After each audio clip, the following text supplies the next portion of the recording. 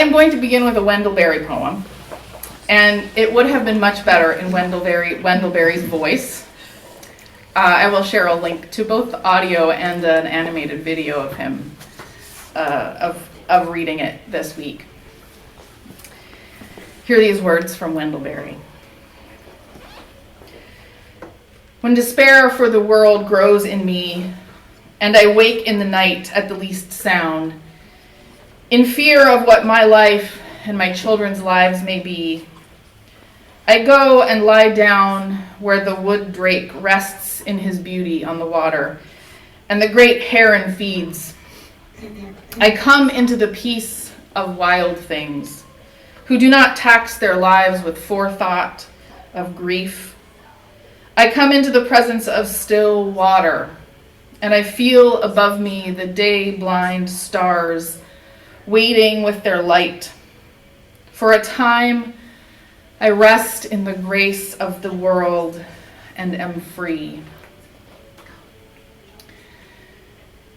Today we begin a summer series on caring for creation. So it seems appropriate to begin with Wendell Berry, at least it seems appropriate to me, who as both a farmer and a poet has been a steward of the earth and attentive to the land and to God's creation for most of his life and has been writing about that.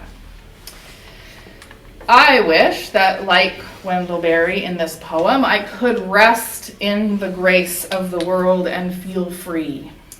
But the truth is, and also like him, I despair for it. I am anxious and I am fearful for the earth. I'm fearful that the water and the great heron that Berry speaks about are disappearing. North America has lost over 3 billion birds in the past half century, and it is ongoing.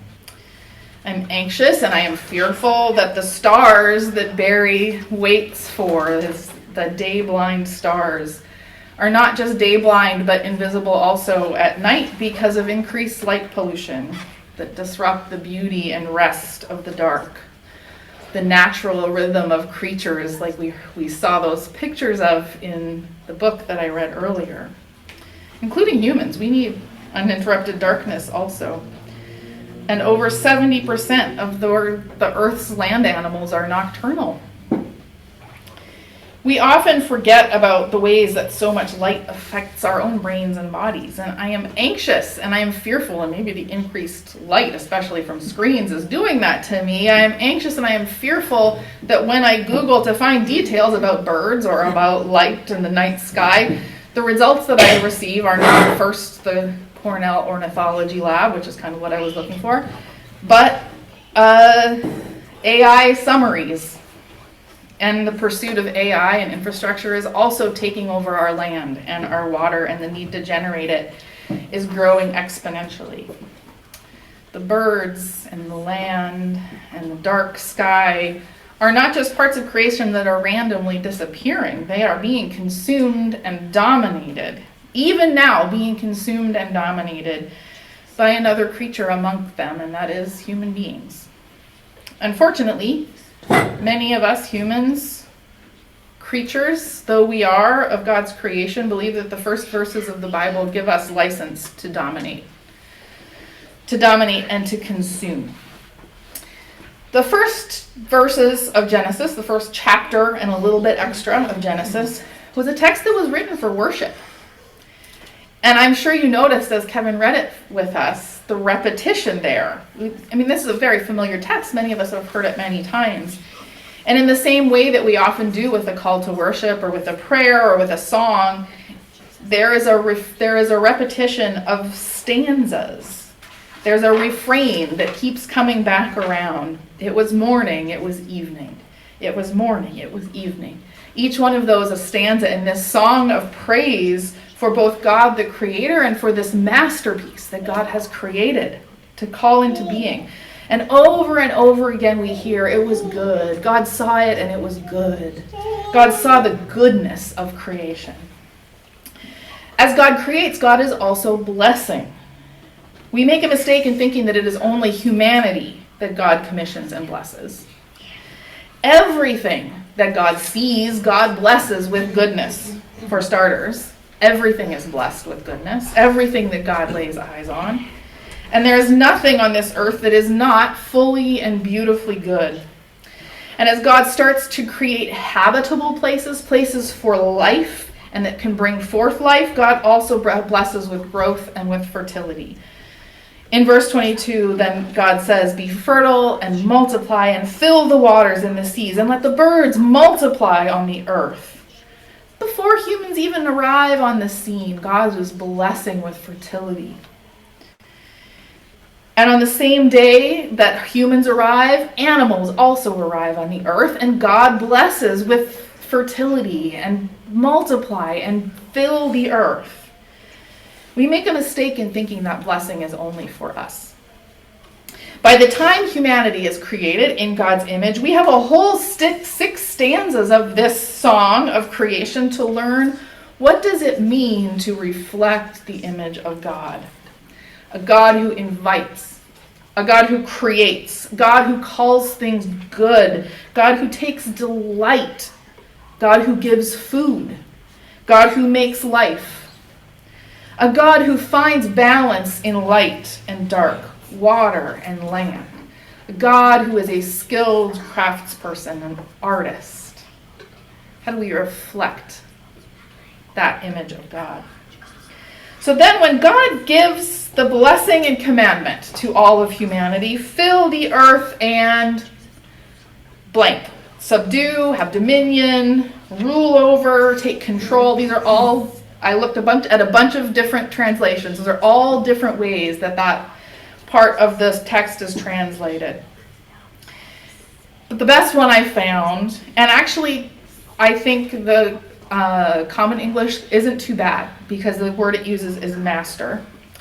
But I was listening to the Bible scholar Ellen Davis this week on Being, Krista Tippett. She was doing an interview with Krista Tippett in On Being. It's the same episode where that Wendell Berry poem was read.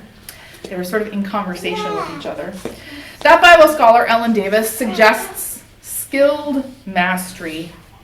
Have skilled mastery with, or skilled mastery over. Because she says there's no doubt that human beings do have a special place in God's creation. We are aware of our own creatureliness in a way that other parts of creation are not. And we are the only ones as described as being in God's image. In that interview with Krista Tippett in On Being, this is what she says. The Hebrew word is a strong word, and I render it, exercise skilled mastery amongst the creatures. Because I think the notion of skilled mastery suggests something like a craft, an art, of being human without taking away the fact that humans do, from the perspective of almost all of the biblical writers, not every single one, but almost all, humans occupy a very special place of power and privilege and responsibility in the world. But the condition for our exercise of skilled mastery is set by the prior blessing of the creatures of the sea and of the sky, that they too are to be fruitful and multiply. So whatever it means for us to exercise skilled mastery, it cannot undo that prior blessing. She goes on then to talk about the emphasis in that text on fruitfulness, on the fertility and fecundity of the earth, on how it provides for all creatures. And every part of God's creation is given food. And then at the very end of the chapter, God reminds the human caretakers, look, I give you every seed-bearing plant that's upon the earth, and every tree that has seed-bearing fruit, that shall be yours for food, and to all the animals, and to the birds, and to the things that creep on the earth. God has given the things that grow. To Davis, she says that's the strongest clue to her that humans must be called to skilled mastery, because we are the ones who know that both we and everything that lives has to eat.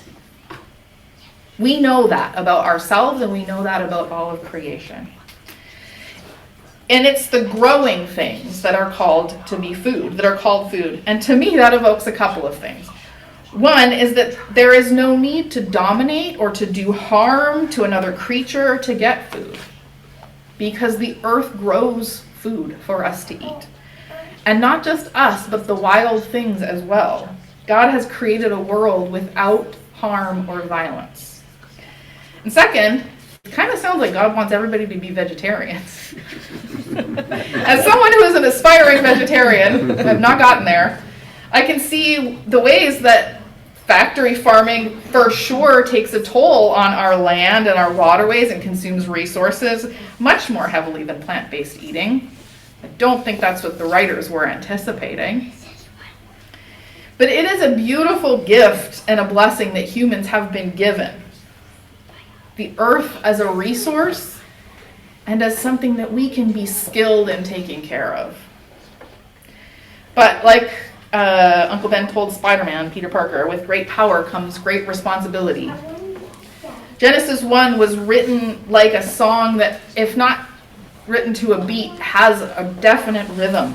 It brings to mind the rhythm and the cycle of the seasons, of the land itself, of day into night.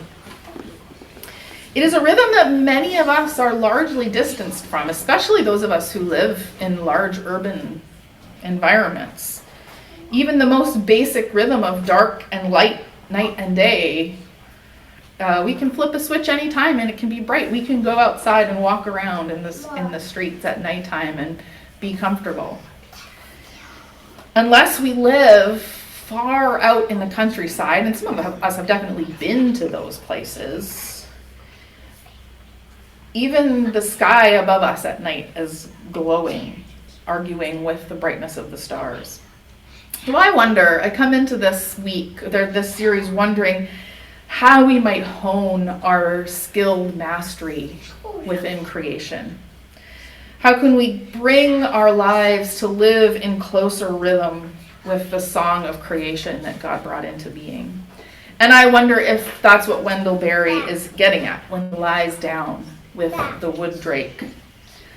The very creatureliness of animals means that they may not be able to express an understanding of them the way we have, but they know the light and the dark.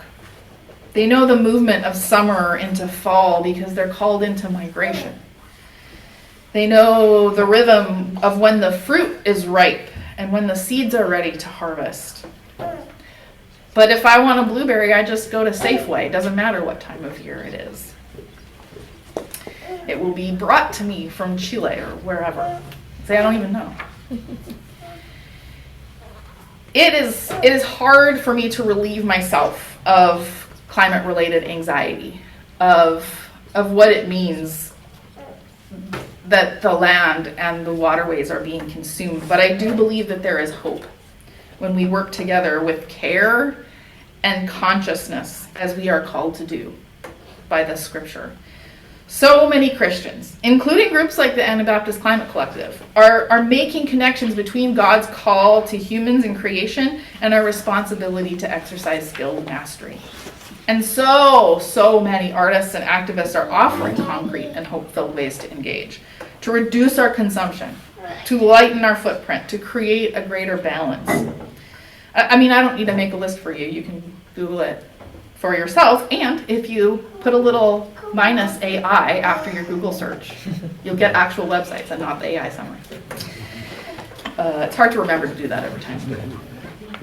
I will say that the same Cornell article that I quoted earlier about disappearing bird populations, that same article also reports that when individuals and communities and business interests too work together, we can find a way toward conservation and restoration. It works when communities work together to return lands to their original way of being, to return animal populations. It does take effort and collective work.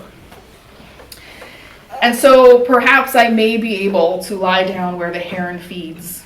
And I will again share those words of Wendell Berry as a blessing to close. And I commend his reading to you. This is The Peace of Wild Things by Wendell Berry. When despair for the world grows in me, and I wake in the night at the least sound, in fear of what my life and my children's lives may be. I go and lie down where the wood drake rests in his beauty on the water, and the great heron feeds. I come into the peace of wild things, who do not tax their lives with forethought of grief. I come into the presence of still water, and I feel above me the day-blind stars waiting with their light. For a time, I rest in the grace of the world and am free.